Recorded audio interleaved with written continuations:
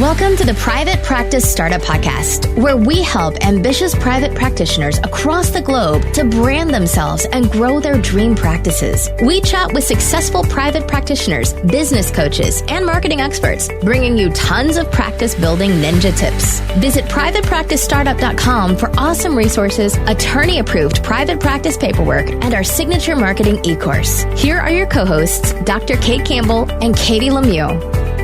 Hey there, welcome back to another episode of the Private Practice Startup Podcast. And we are right in the middle, moving towards the tail end of our second Up Close and Personal mini-series. This is where we put aside the business talk and get up close and personal with the practice builders and coaches that you most wanted us to interview. Today, we invite on the podcast Amanda Patterson, also known as Amanda Landry. If you guys see her on Facebook, that is her married name. Patterson is her maiden and professional name. So we just want to make sure that you know we're talking about the same person and you guys know who you're talking to. So Amanda is actually a local South Florida therapist. So we actually have the pleasure to know her for numerous years now and actually get to see her sometimes face-to-face outside of COVID. So a little bit about Amanda. Amanda is a private practice consultant who helps therapists create business and marketing plans. She's the owner of a group practice, Caring Therapists of Broward, and now Palm Beach in South Florida. She's the founder of My Private Practice Collective, an online community for therapists in private practice. You can always find out more about Amanda at Amanda Patterson, LMHC.com. So we actually have a really cool privilege today in interviewing Amanda, and I say that because interestingly enough, so you guys vote for us, for who you want us to interview, and you guys actually voted for Samra Stone as well. Well, with everything going on with the continued, systemic racism and things like that, is we just really wanted to acknowledge, the difficulty that many Black therapists face carrying their own traumas and difficulties as well as the weight of the world and their clients. So Samra just asked if she could take a rain check, which absolutely. So we are either going to go ahead and interview her one-on-one, up close and personal, or we're going to wait to our next podcast series. And the cool thing is we were going to do 6 interviews anyways, one including us. So it opened another door for you guys to hear from one of your favorites. So you guys, Amanda was the next in line. So we get to hear from Amanda today. So that's really cool. If you are joining us for the first time, welcome to the Startup Nation family. We've been giving virtual hugs for a long time because this is a podcast, but it's so perfect during COVID. So we're welcoming you to the family. And we have a special gift for you.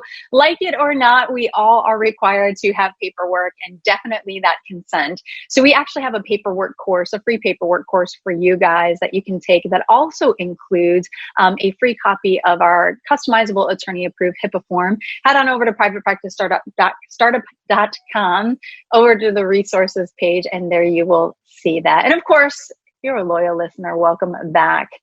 Hello, Amanda.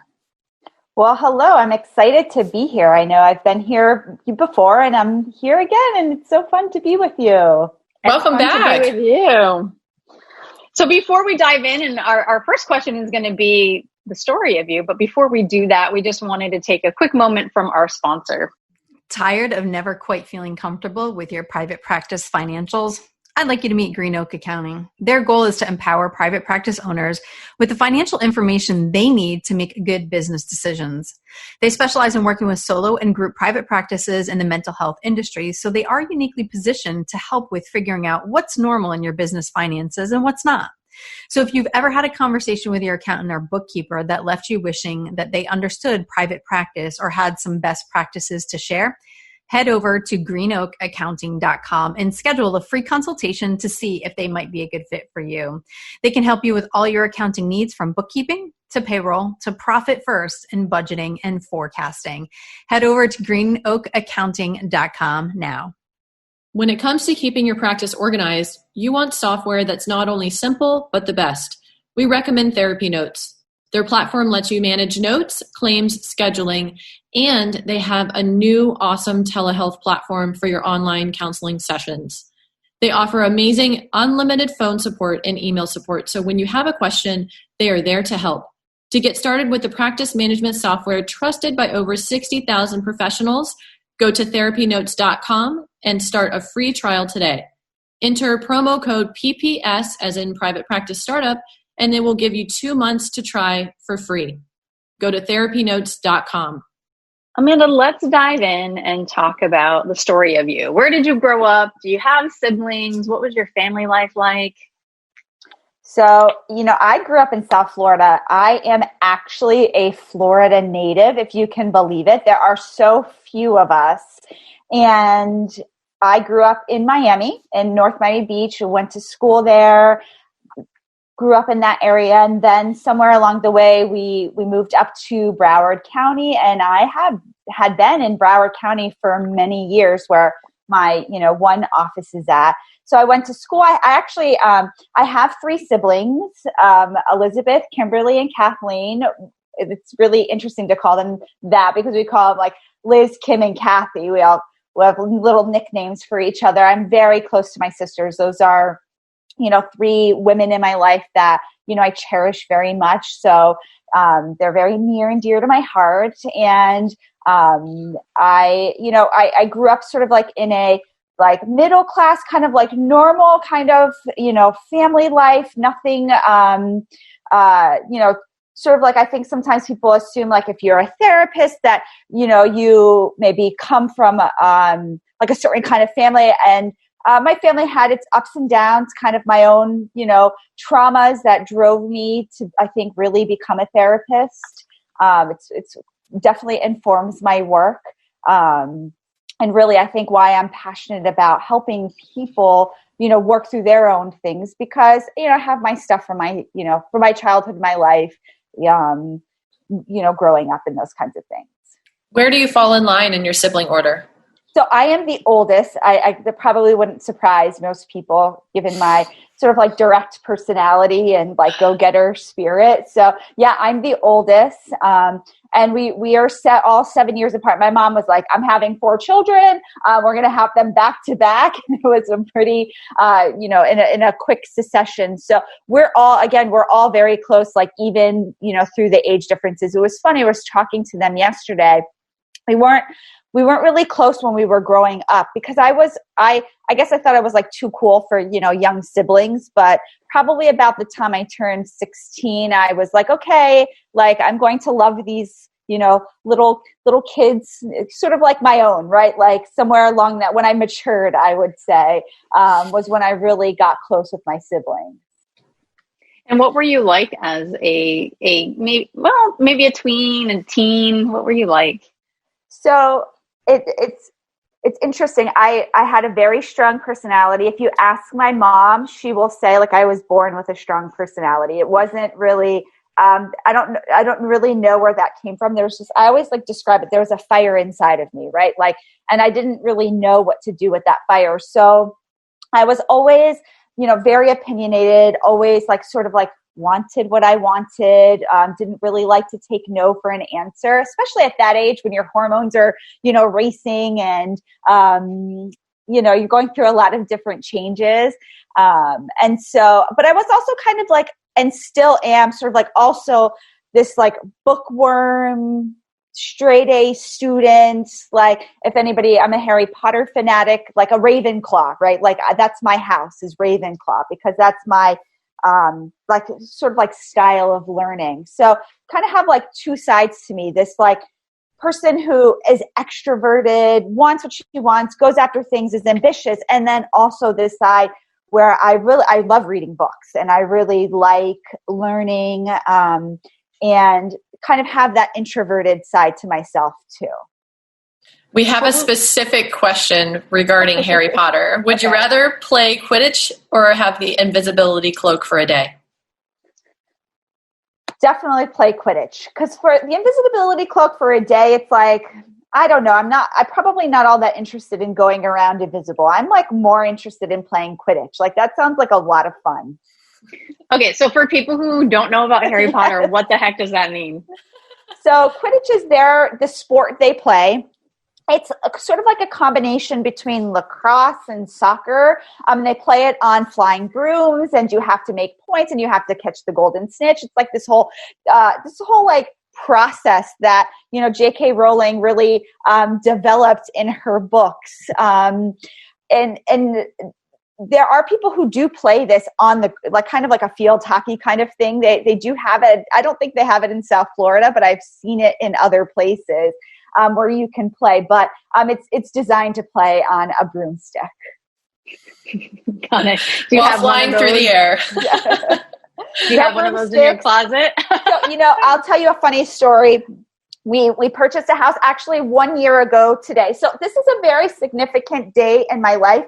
I have time hop, so it tells me everything. 7 years ago, I picked up the keys for my private practice, and 1 year ago, I picked up the keys for my house. So who knows what will happen in a year from now. How cool. In my house, there's stairs, and we actually have like a cupboard under the stairs. And we have designed it like as the Harry Potter room. So all my Harry Potter paraphernalia and all my books and everything, it's in that room. It's literally like his cupboard under the stairs. So if you haven't read the book, Harry Potter with his aunt and uncle, he lives in this cupboard under the stairs. And we have one under our stairs. And it's designed like that. It will probably, it's kind of gone to the side as I've done other projects in my home, but I really want to make that into like a little play area and have it the official Harry Potter cupboard under the stairs. That is so cool. Do you have like a little sitting area in there so you can spend time in there and hang out? So there is a little sitting area in there, yes, and there's books in there. I mean, sometimes I won't lie, we put our, like workout stuff and our shoes and things in there. So, but when we fully have it like the way we want it, it will be like designed as a little sitting area. You could read in there or, hang out. What were the things that you were interested in as like a teen, hobbies, interests, things like that? So I was a cheerleader for many years. That was my thing for probably about 10 years. I did that in middle school, high school, and college.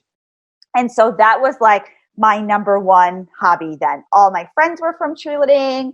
That I did that over the summers, over the school year, really like threw myself in that. And, I consider it to be a sport. We practiced. We, had to run, like you had to run a 10-minute mile in order, not like to be on the team, but, there were things that we had to do. I like remember running the bleachers. That is like, I know every sports team runs the bleachers if your high school had bleachers, but we ran the bleachers, we conditioned, and we did our sport. And sort of in high school and college too, I also coached cheerleading. So that was a big thing that I did as well, which was fun. Like it was really fun to both like be a coach and do cheerleading. I think my favorite age to coach was very young, like 4 and 5 years old, because at that age, it's pure fun. Like they're excited to be there. They're like disorganized. So there's not a lot of pressure for everything to be perfect. And it's really fun at that age. When they get to high school, when I was in college coaching high schoolers, that's a little more difficult. Kind of like what I said before, they've got hormones racing through them. And so, yeah, cheerleading was a big thing for me, and really socializing. I'm a big socializer. I've always socialized with friends, like going to lunch with people, hanging out with people. And that was really important to me, especially during those ages. Mm. What made you decide to, I know that you kind of shared a little bit about that, about your own family upbringing, some difficulties in there. What prompted you to be a therapist? So I actually wanted to be a lawyer. That was my goal. That was my dream. And I didn't want to do like history, right? That's like a common major, legal studies. I didn't really want to do that major. And one of the most popular majors for law school is psychology. And so I picked psychology as a major in an effort to go to law school. Well, my first year of college, I actually went to Florida State. My first year of college, a lot of people don't know that because I graduated from Nova Southeastern University. And so I went to Florida State, and just like the first year, I was like, I love psychology, and this is what I like. I wanted to do that. I loved it. I was passionate about it. I was excited about learning, and I just changed my my course of action. I was like, no, I'm going to do something with this. I really didn't quite know what I was going to do with it. But I'm glad I realized I'm very, my personality, even though I'm very driven and ambitious, there's this really like soft, caring and empathetic part of me that I think, while I think I wanted to be like a criminal lawyer, and not that you can't be that, but it's a different skill set, let's call it. And so my skill set has been very well, used very well to build a group practice, for instance. Like, right, I can be ambitious and caring. I'm able to do both of those things there. And what was one of your first jobs that you ever had? So, this came up at my bridal shower, and there was kind of some family controversy about my first job. So technically my first job, my family's industry is like an auto salvage yard, so like a junkyard. My grandparents owned one, my uncle owned one, and so when I was 12, I worked there on Saturdays answering the phones, and I got paid, and I saved up money, and I bought a pair of shoes that I really wanted. I remember that. So that was really my first like job work experience. When I was 15, my first job was at a company called Bears, Etc. You all, being from South Florida, may know what this is. Other people may not know, but they were bears that you put on couches. It was like ceramic couches, and you would put your family on the couch, and then you would write the family name on the couch, and then it would like be like mom and dad, and Amanda, Liz, Kim, Kathy, and then it would be the Patterson family, and then you could put like other things, and they had little statues. Like there were ones like a teacher one that you would give your teacher. Do you all remember that? Do you know what I'm talking about? Yeah, they come out around like Christmas and stuff, right? So now I think they do. Then they used to be like at every single mall. You would purchase this and give it as a gift, and you would put bears on a couch, and you had to like creatively write. There was like a way we wrote everybody's name on there, and so I worked there as my first job. So I have a question about being in the field, but before we dive into that, let's just take our quick break for our second sponsor break. If you're looking for a new source of income or wanting to supplement your current work, BetterHelp.com is a great option. BetterHelp allows you the flexibility to choose your caseload size and schedule clients at your convenience. Every day, thousands of people seek the help of licensed therapists at BetterHelp. If you're a licensed therapist or psychologist, BetterHelp is the easiest way to apply your clinical expertise online. With BetterHelp, you can focus 100% of your time on counseling. No need to deal with finding referrals, business operations, managing insurance, or billing. They handle it all. Visit BetterHelp.com/PPS, as in private practice startup, to complete a brief application and get started today. That's BetterHelp.com/PPS. Amanda, being in the field, what's one of the most difficult things that you had to face or deal with? So I think one of the biggest things, I think it's something that we all talk about, is really like how much like effort you put into getting your license, but then how little you get paid sort of like initially, when even like pre-licensure, and like that messaging that you don't make a lot of money, right? Like that's a big thing. Like, and so I was really programmed from grad school to accept whatever job was, given to me, and not ask for raises, and not, think about how, like, be creative around making money, and not being limited by that belief system that was really, taught to me in grad school. Like, for sure that was taught. And so I think that's like a big limitation for our field. But I think as we're all working on that, we're trying to shift that and like teach people like, yes, you can make money in therapy. Yes, you can. It's not just like you have to work for an agency that pays you $40,000 a year, that there are all of these different opportunities out there in a variety of different ways for, therapists and people in the mental health field to make money.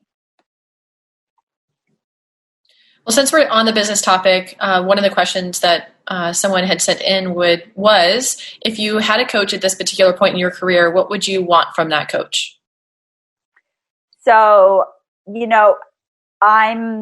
it's interesting because throughout my whole private practice journey, I would say I've had a coach, either if it was an online course or actual coaching. I'm working with a coach right now, and I'm getting ready to like sort of pivot into something else and work with a coach. And so what I'm always looking for when I'm coaching is like up leveling, like what's the next step, right? Like I generally don't my personality is I'm usually whatever I'm doing, it's kind of organized, right? I'm an organized kind of person, but I struggle with like, how do I go from like step 1 to step 2? How do I go from, so for instance, I'm going to be working with somebody. How do I go from seeing clients as the group practice owner to not seeing clients as the group practice owner, right? And shifting into that.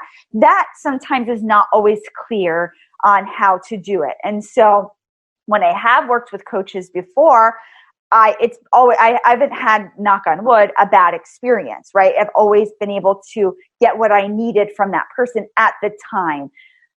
Whether it was an online course or one-on-one coaching or masterminds. And is that what you're working on now, shifting from seeing clients to just fully stepping into? So yeah, I'm shaking my head. So yes, Yeah, it's a podcast. Yes, I know. People are like, I can't see you. I interviewed a couple weeks ago on Maureen's podcast, and on this, I'm in her group, The Exchange. And we talked about like where I'm at with my group practice. And she was like, right when you sent me over your paperwork, I knew exactly where you're at. I'm at this cusp of all the systems are in place. It's growing. I need to step back. I need to put people in place for it to continue to grow. So I know I need to do that. And, my own codependency and my own, or control, whatever narrative you want to go with, kind of comes into play. So I know working with a coach will help me, move through what I'm stuck with. And for those of you who are thinking about hiring a coach, usually if you hire a good coach, or I don't want to use the word good, but if you hire a coach that really knows how to help you move through whatever you're moving through, you will achieve that goal. Where do you see yourself within the next 5 years professionally? Like what is your vision for yourself and how that growth trajectory will look? So definitely having the 2 locations for my group practice, having the group practice fully functional, having clinicians that are full, having clinicians that are, highly trained, highly, motivated, as people know them, like a well-known brand, right? Both the brand and the clinician. So really this fully functional group practice and doing coaching as well. And I'm really passionate, like my shtick and my thing is really helping people have plans for what they do. I think a lot of the times people have dreams and goals and ideas, but really putting them down on paper is where I'm a very practical person in my life. And so I tend to do more of the practical coaching, more of the practical, like nitty gritty around the systems and marketing, but from like that practical standpoint, not really from I'm not a fluffy kind of person. I'm not, there are some coaches that I'm not a lifestyle coach. I wouldn't be a lifestyle coach. And I think I like following lifestyle coaches and I've worked with lifestyle coaches. And I think that's a really great market. That's just not my particular market. I'm too practical for that. That's just not, doesn't work well for me. So that's kind of what I see, helping therapists really create plans so we can change that narrative around mental health, that it's not just, for either you're not just going to make $40,000, $50,000, $60,000, right? Like I think the national salary for a licensed, mental health counselor is like $45,000. Like that's not comparable to what other people make when they have their master's degree. I want that to change. I know. I kind of feel like I keep going back into like your childhood and stuff like that. And I'm just wondering, as a teen, like who did you have a crush on? Oh my goodness. So crush, or even just a school crush. So, it's so funny how things like re-emerge. There was this really funny meme that came out like about 2 or 3 weeks ago. It's like your toxic relationship with men started when you picked Hunter over Corey from Boy Meets World. And that I loved Ryder Strong. He was a bad boy. He was cute. That was my, like when I was 13, that was my celebrity crush. When I got to high school, my celebrity crush was Josh Hartnett. He's you may know who he is. He was in like a couple of he was like a B-lister, but he's super handsome. I really that was my celebrity crush.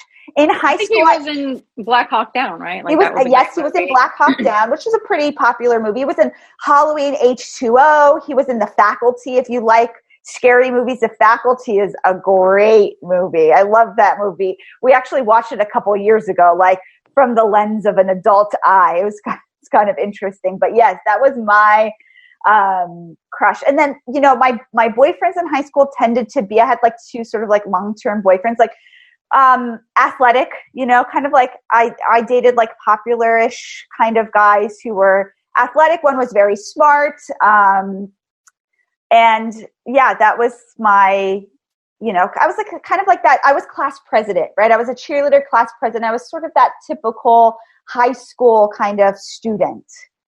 Yeah, total first child syndrome, right? I had total first child syndrome. But kind of I also went to this very sort of diverse high school. I always say our high school was 33% white, 33% black, and 33% Hispanic. So it was a very sort of diverse group. And we were a football school. A couple people that I went to high school with went on to be NFL players. They were, they went to Division I schools.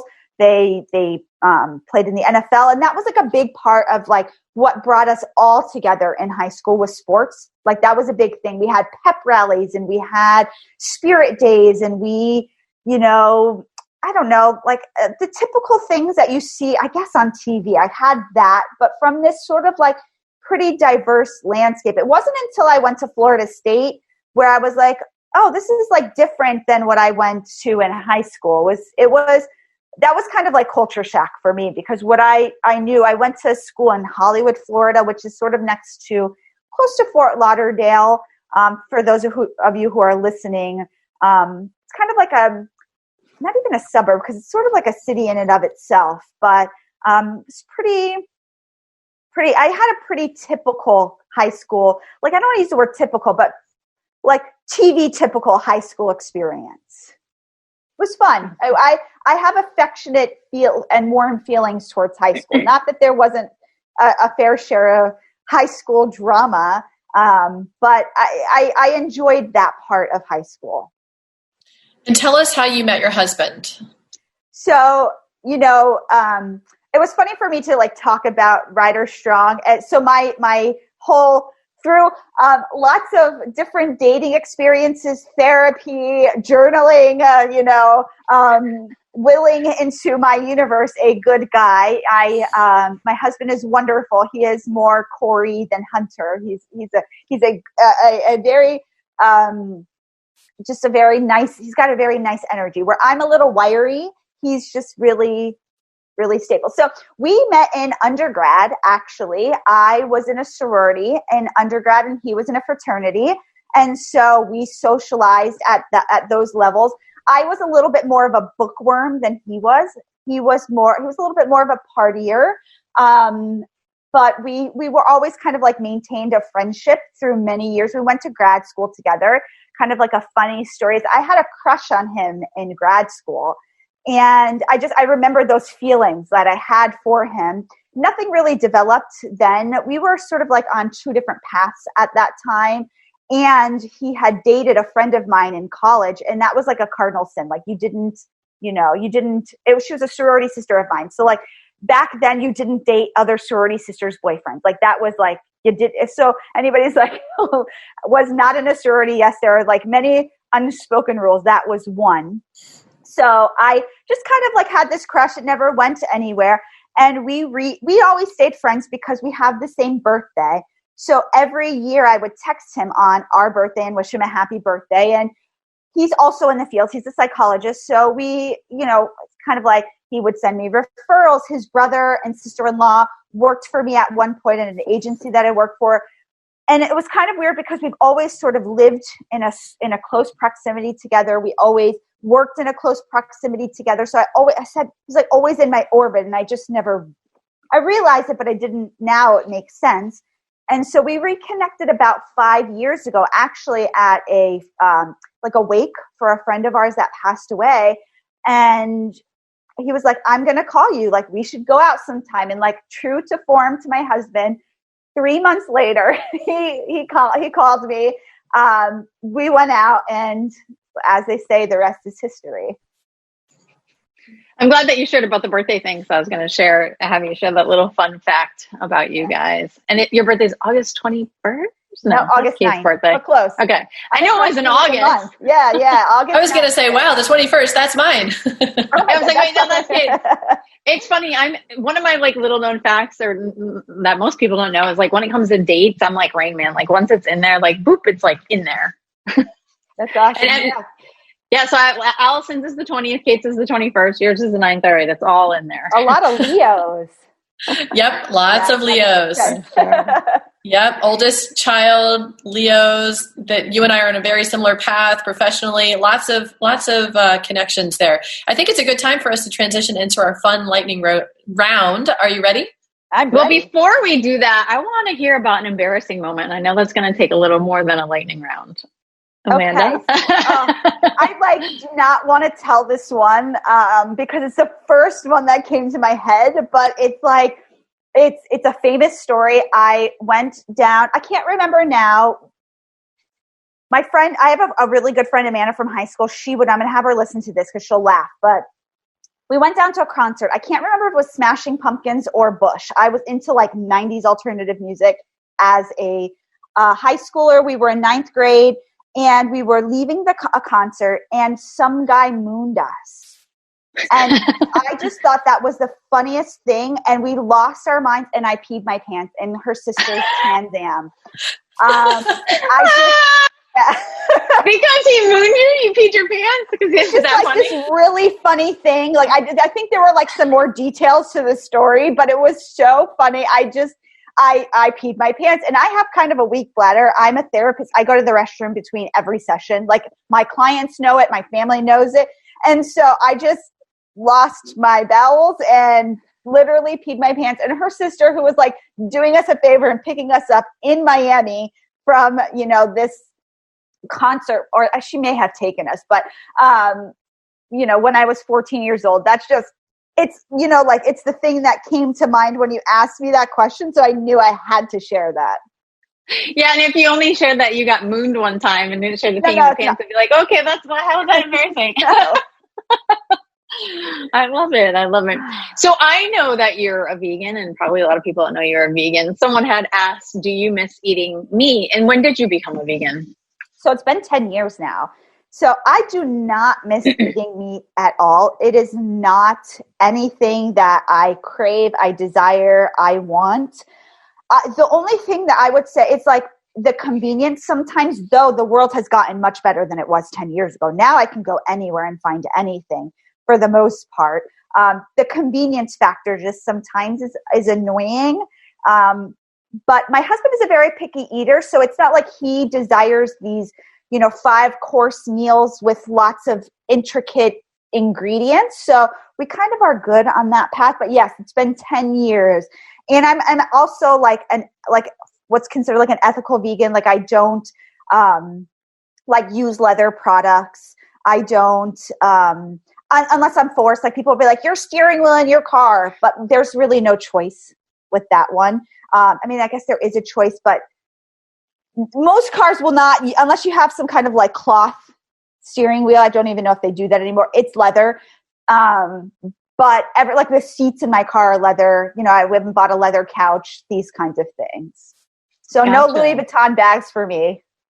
Well, it's funny. I don't remember what it was, but you and I were texting, I think, over the weekend one time, and you had said you're at a restaurant, and you sent me a picture of like the meat board, and I was like really confused, and you're like, I don't know why I just sent you that, but I just wanted to show you where we were. And I'm like, did something change? Like what happened? So that's so funny. No, yep. I will go to meat restaurants. I'm like eat the baked potato and salad, and I'm okay. I'm fine with that. It's okay. I've learned to be adaptable in those situations. Cool. So let's jump into our lightning round and things. I'm so glad that we paused to ask about the embarrassing moment because that was good. I needed a good laugh. It's funny because I was going to ask that as one of my quick fire questions. right, Kate, you want to start it off? What would you want to do if you weren't a therapist? Oh man, I would want to own a bed and breakfast. Ooh.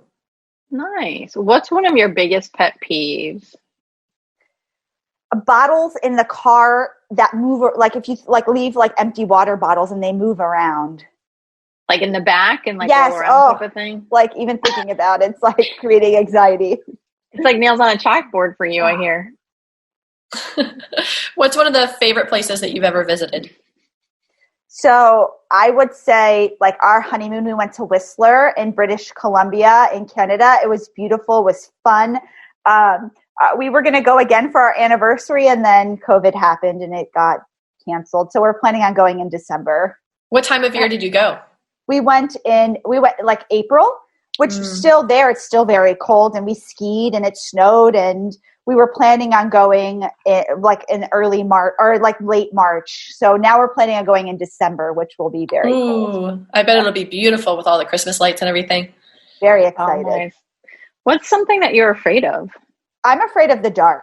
I don't sleep in the dark. Now I obviously sleep with my husband, so I'm okay. But if for whatever reason he's not there, or if I like going on a conference in a hotel, I won't sleep with the dark. I won't sleep without a light on or the TV on. Do you have like a night light or something like that you bring, or? So no, I'll just leave the TV on, or I'll leave the bathroom light on. Yeah, I'm afraid of the dark, and I've always been afraid of the dark. Gotcha. What's your favorite thing to do to unwind? Read.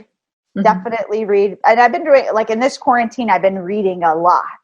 And so it's been nice.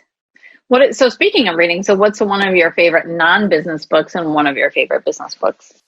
So one of my favorite, so I talked about Harry Potter. I love that whole genre. I read Hunger Games. I've read all of those. I do my favorite, they call it series book is Jane Eyre. I also love that like English Victorian, time period, Pride and Prejudice, anything from that genre.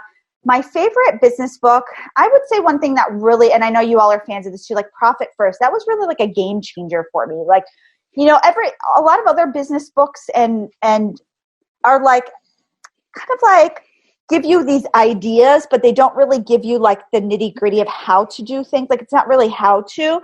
And that book really just opened my mind to like, practical ways that I can shift my business. Yeah. Is it my turn? Your turn. Okay, here's the last one. I was just looking at some different questions. What keeps you motivated? So it's kind of like I talked about before. There's a fire inside of me. It's just there. It's part of my disposition. And I think that just like keeps me going, right? Like it's like this energy that I feel that just pushes me in the direction of whatever it is I'm working on. Mm-hmm. Nice. Well, Amanda, we thank you so much for being such a great sport and allowing us to ask you personal questions and get up close and personal on business stuff, on family stuff, on married life, on you.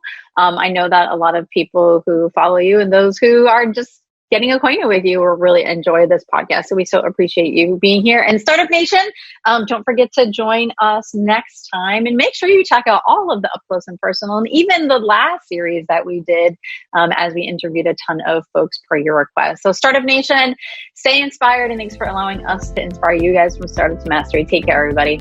See you next time.